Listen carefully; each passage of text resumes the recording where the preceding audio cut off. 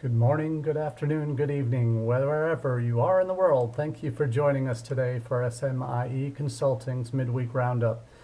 Today we'll be covering three important topics in international education, and as we do each week, and whether you're watching this live on Facebook or connecting with our playlist on YouTube or through our podcast, now available on all major providers from iTunes, Google Play, Spotify, Podbean, and Stitcher. You can catch this weekly roundup of midweek roundup of all these important issues each week. Subscribe on those providers, on podcasts, or on YouTube, or on our Facebook page to catch all the latest and our take at SMIE Consulting on how these issues can impact what we do in our field. So we're happy to be with you here today, and we have some interesting topics today. I've just returned from the NAFSA Region 6 conference in Columbus, Ohio, and it was a very productive conference. Good to reconnect with some colleagues I hadn't seen in a while, and to make some new acquaintances with some colleagues who hopefully will be able to work together in the months to come. So a great opportunity, I think, today to talk to you directly about some of these important issues in international education that have popped onto the radar in the last week or so in different news stories, and how those might be impacting what we do at U.S. institutions in terms of international recruitment strategies. So I hope you'll sit back and engage with us today on the Facebook page, and look forward to your comments and how we might be able to use what we learned today to improve what we do as institutions. So thanks again for joining.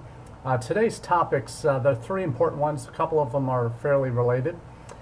First is for anyone who's been in international student enrollment, recruitment, admissions, student services, certainly appreciates this. That certain students from certain countries are much more intensely concerned with opportunities for work after they're done with their study, even during their studies. But and even before they even apply to your institutions, they are very much concerned with what is possible for them as part of their student experience in the United States. And for those who aren't aware, Indian students represent not only the number 2 international student demographic in the United States, but also represent a growing population of students who are taking advantage of OPT, the optional practical training time that students have available to them after graduation. And increasingly, a majority of the Indian students coming to the United States are also looking at STEM OPT, which provides an additional 2 years of work experience in their field of study beyond the initial one that all F1 international students have available after they finish each degree level. So as per always, I post the links to these news stories on our Facebook page in the event for this video live chat. So the first one is from the Times of India, which correctly has the data laid out for the percentage of Indian students that are engaging in STEM OPT. And right now, at present, Indian students held 56% of the total STEM OPT authorizations in 2017, fiscal year 2017. Chinese students, even though they represent the largest single group with over 300,000 students studying in the United States, they represent only 24% of the total STEM OPT authorizations. Now that has a lot of different reasons for that, but certainly one of those may be economic in terms of the opportunities for jobs after graduation for Chinese students back home may be better than perhaps what's available to Indian students, or Indian students have perhaps a different longer term objective beyond just the study degree and the work experience, not necessarily maybe going back to India. There are a lot of different models out there and opinions on this, but certainly this data certainly reflects not only the concern, not the concern, the expectation that Indian students have that they have this work opportunity available to them, and that particularly with STEM OPT, having that additional 2 years, it becomes a much more attractive work experience destination in the United States. So they have been, certainly the numbers have been increasing in terms of, and probably have peaked in the last year or two in terms of the numbers from India, from China, and others that are pursuing OPT, STEM OPT in particular. So right now, 50,000 of the fiscal year 17, 50,507 Indian students were approved for STEM OPT in this past fiscal year.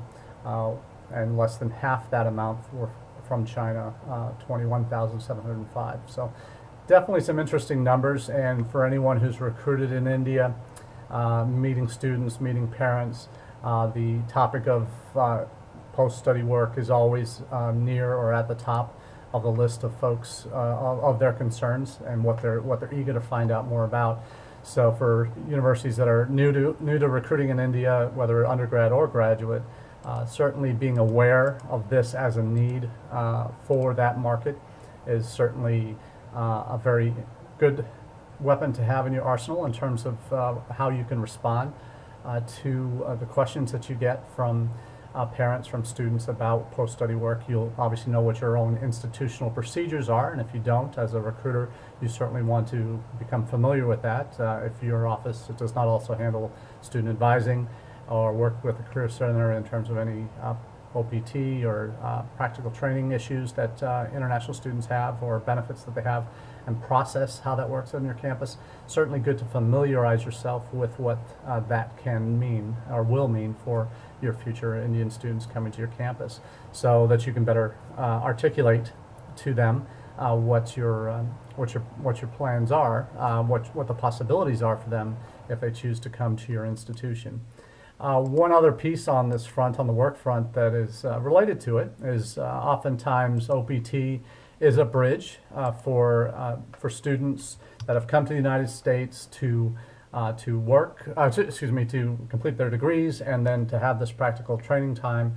Some of them during that work experience, either through just having lived in the United States for a number of years, may be more interested in perhaps a longer term stay in the United States that would allow them to continue to work.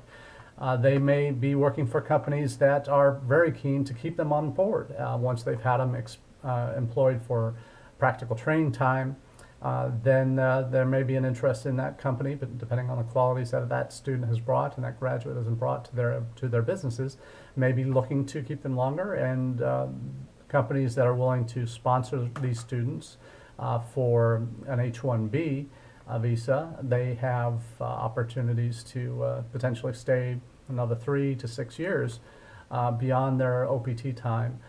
So that H-1B experience is certainly something that Indian students have also historically been very, very much drawn to, particularly in the last 5 to 10 years. Typically, there are about 86,000 H-1B visas awarded each year. Some go to students who are on OPT that are continuing on into work in professional work in the United States in the computing fields or other STEM-related fields, or other disciplines entirely. You also see H-1B applications going to individuals, employees who work at companies abroad that might be looking to set up U.S. operations or bring staff over from another subsidiary to work, or for another company in that country to head a department or to lead an new initiative in the United States. So H-1B is also used to bring employees direct from overseas, future employees direct from overseas, depending on their experiences in their home countries. India, again, and even more dramatically so than STEM OPT, you see 75.6% of H-1B petitions approved in fiscal 2017, almost 76% were born in India. And again, that's a combination of individuals that were born in India came to the coming to the United States directly for this work permission through H-1B, or those that have come through primarily F1 student status and then continued on through OPT and then maybe applying for H-1B with their employers. So there's a very distinct advantage, at least numerically, in terms of the Indian students that have come to the United States that are continuing on for STEM OPT, but also for, increasingly so, for those that are looking to stay longer with H-1B work permission. So with the employers that they end up signing on with. So as institutions that are looking to recruit in India, certainly the need for this demographic to have sustainable work opportunities and knowing what those prospects are is an important part of one of the major selling points that has been one of the major selling points of the U.S. higher education system for students from India, in addition to the quality of education here. But it's also increasingly the work opportunities that are important to them in their overall search. Certainly the students are, particularly those looking for graduate degrees, but certainly for undergraduates, you're going to have parents asking those questions. So Lou, thanks for joining me, and you probably have some experience working in India before with tour providers as well as traveling there yourself. What that means, thanks for joining me on this one, about how important Indian students are to institutions, and how the work opportunity piece is an important part of that conversation that universities need to have. So thanks for confirming that. What I would like to, another related topic, and this is the second major theme for today's chat that I would want to bring up with you, is the impact of India in the global international student mobility market. For those of you who have been in recruiting for a while, you're certainly aware that they are a very significant part of not only the U.S. international student populations, but after China are probably number 2 or 3 in half dozen other countries as a major source of students studying outside their home country. Certainly Australia is another major destination for Indian students, as is the UK, though less so over the past few years, but they seem to be about to rebound or in the process of rebounding. So what I see next is the article I'm bringing up next is actually an Indian piece, but it's from the perspective of how Australian universities are recruiting Indian students, how that may be changing as a primary focus. And the article is from Honisat out of India, and it focuses on the universities turning to India after projected decrease in China student money is expected. So Australia, as with most of the rest of the Western world, has invested heavily in recruiting in China over the last decade.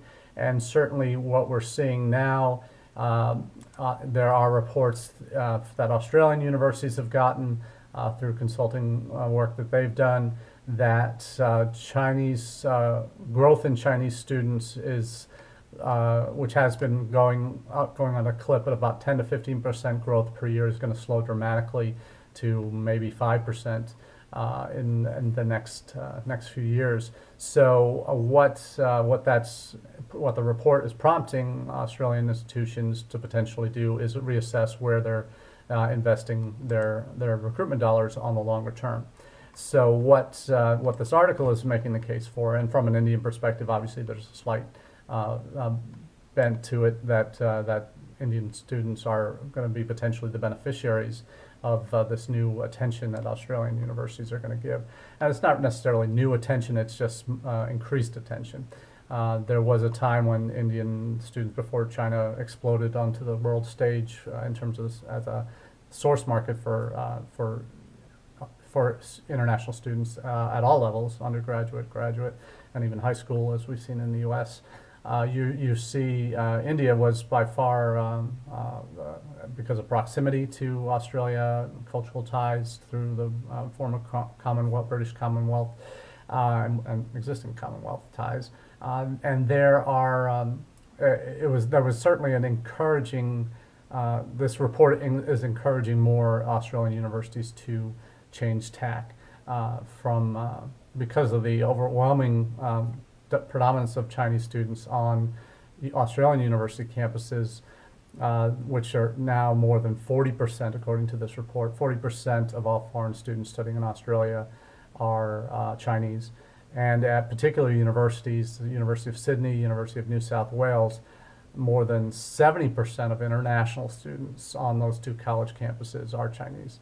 So there's very significant concerns, and I've said this for many years in terms of just ways you want to, as an international student office, recruitment office, working together as a campus, hopefully, as you plan international student recruitment, that you be very concerned with the amount of students you have from any one particular country, that you don't want any one demographic to predominate or to dominate your international student populations, where you have over 70% of your international cohort coming from one country. That can create some difficult synergies for institutions to deal with on a college campus in terms of the impact that large of a group will have on the rest of the international students as well as the population as a whole. So that's just something to think about. The article related to India obviously is that their numbers have been growing again after a down period in the late noughties, and now India looks to again be an increasingly important source for universities in Australia. And there's lessons to be learned here, I think, because all of us, and certainly the U.S., that are paying attention to these trends as it relates to the next big source market. I don't think there's a big one that's going to emerge that isn't already out there, but certainly significant changes in the fluctuations of flows of students from any one country, which probably will continue. And there will be ebbs and flows. Saudi Arabia has been going down the last couple of years, but they may be ticking back up in the next few years. We don't know, but there's signs that it might be happening, particularly on the ESL front.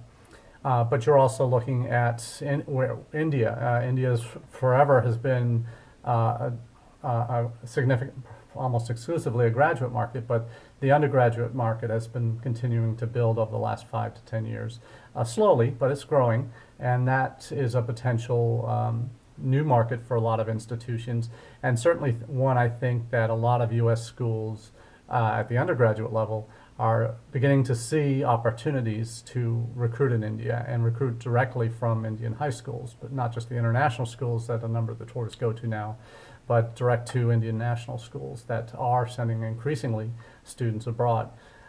So there are tour providers out there that are doing just that, going to the national schools, and I think if you're not a big name school, there are a lot of opportunities for you in India as well. I'm certainly one of the folks that I've gotten to know well over the past couple of years, 3 or 4 years actually, is Simple Ed, based in India, but their leadership has studied in the United States, and they have a very good idea and have their fingers on the pulse of what's going on the ground.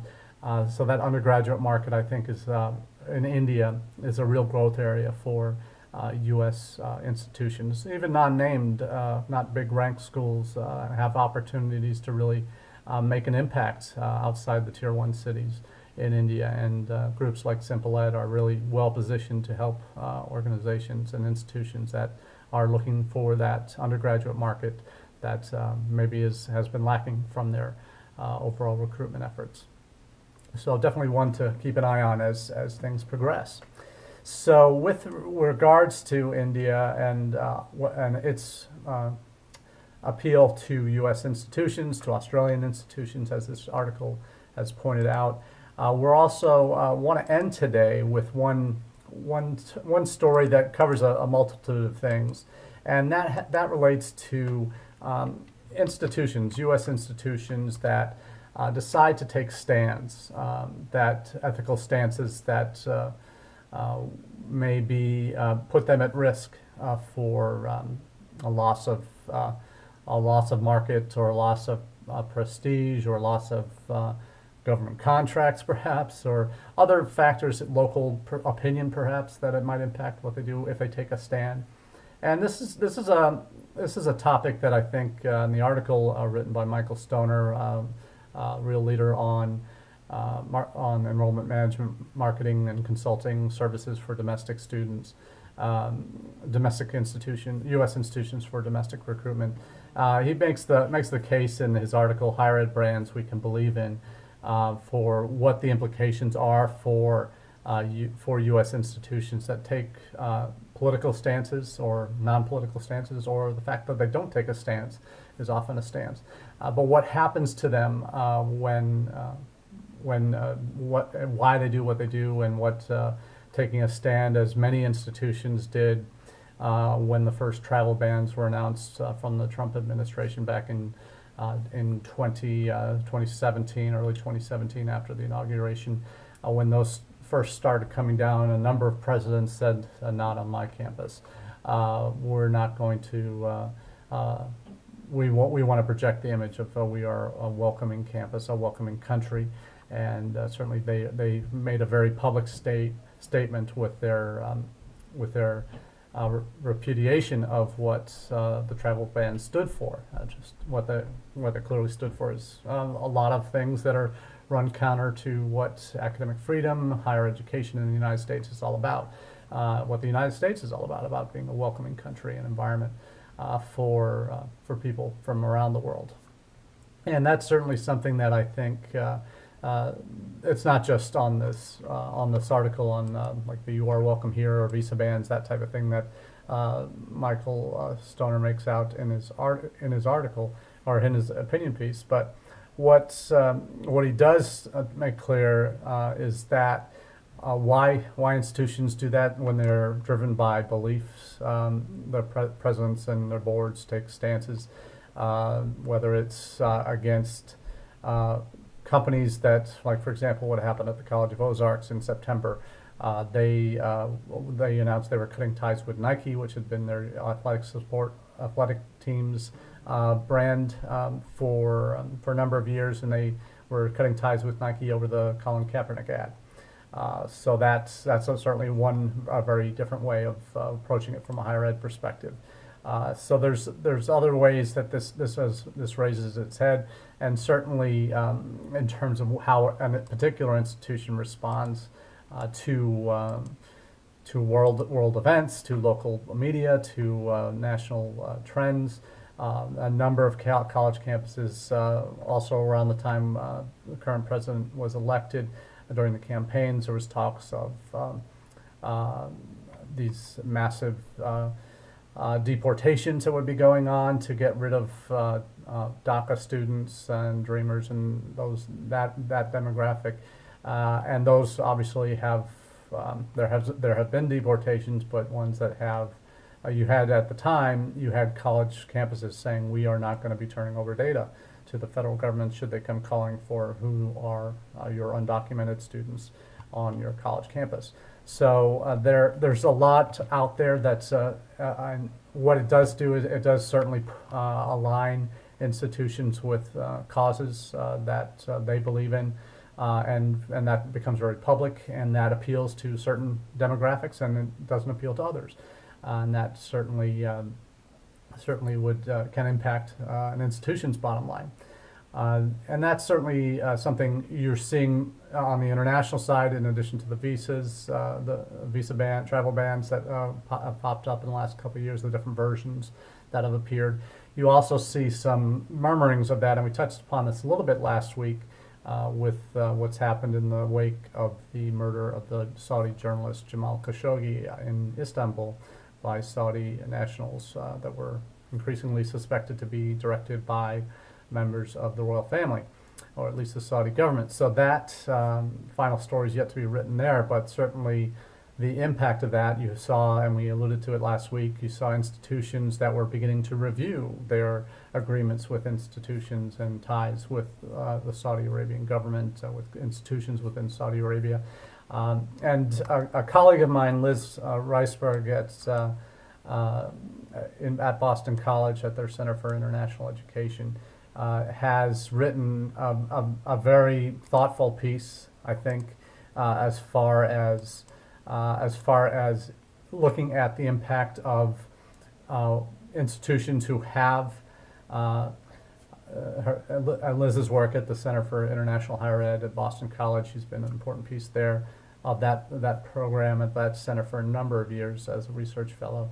But she makes the point very clearly in her article that if institutions in the United States, as abhorrent as the Khashoggi murder and all the elements involved in what happened there, if institutions were to cut ties with any country that was responsible for these kind of human rights violations and murders and criminal acts, if an institution did that every time something like that happened, as she points out, soon all international academic engagement would probably come to a screeching halt. And to be honest, there's a lot of truth to that, because relationships between institutions are in different countries are not necessarily representative of relationships between governments from different countries. You see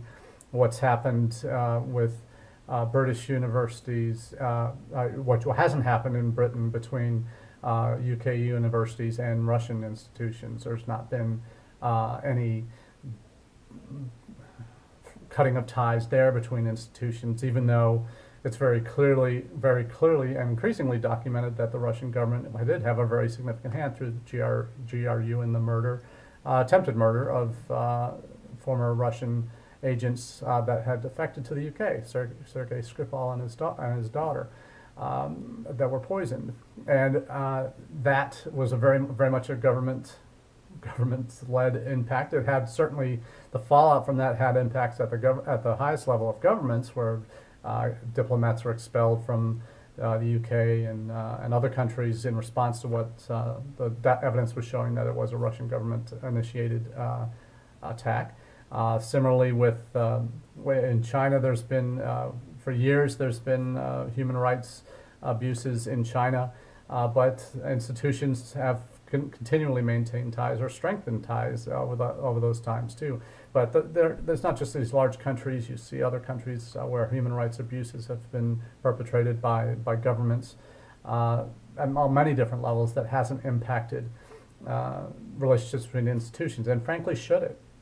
And Liz makes the very useful point that institutions to institution partnerships are often seen as kind of potential solutions, or at least outlets for potential mediation, for potential agreements, a potential future softening of these government leadership positions that have led to these human rights abuses to be committed in the first place.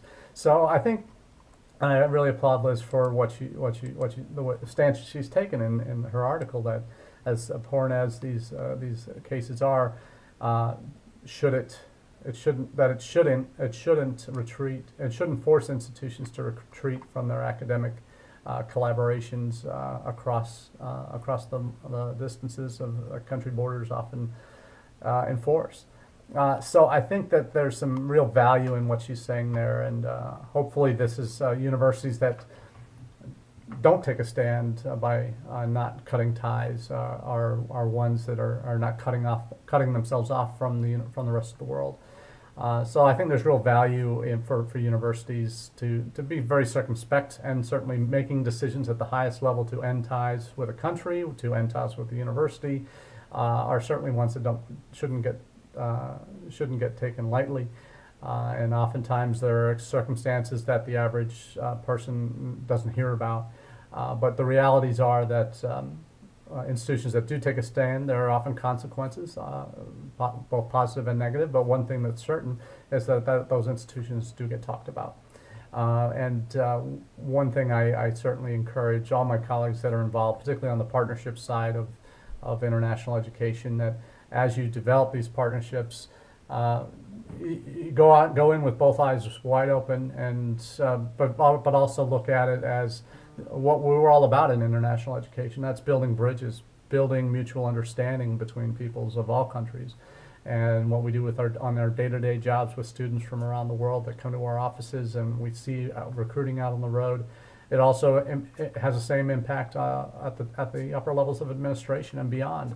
The students that you are recruiting and having study on your campuses today become leaders in businesses, in the governments when they return. So how we treat them now, how we treat them with respect, and don't pigeonhole them in terms of identifying them with a government, or if you're a student from Brazil, you must all of a sudden believe that the new President Bolsonaro is your hero, and clearly that may not be the case. And for those in Brazil, I know we'll touch on this particular topic next week, and what his election, Bolsonaro's election in Brazil, means for higher ed relations with the United States now. So there's a lot as always. There's a lot happening in international education, and certainly we'll be keeping you posted every week through this midweek roundup. And we appreciate you staying with us today. And also, whether you're catching up on YouTube or our Facebook page, or listening on the podcast streams available for this midweek roundup, we appreciate you keeping us first in your thoughts, or at least in your thoughts, for international education topics. And we look forward to future conversations down the road. So thanks for joining us today, and have a wonderful week.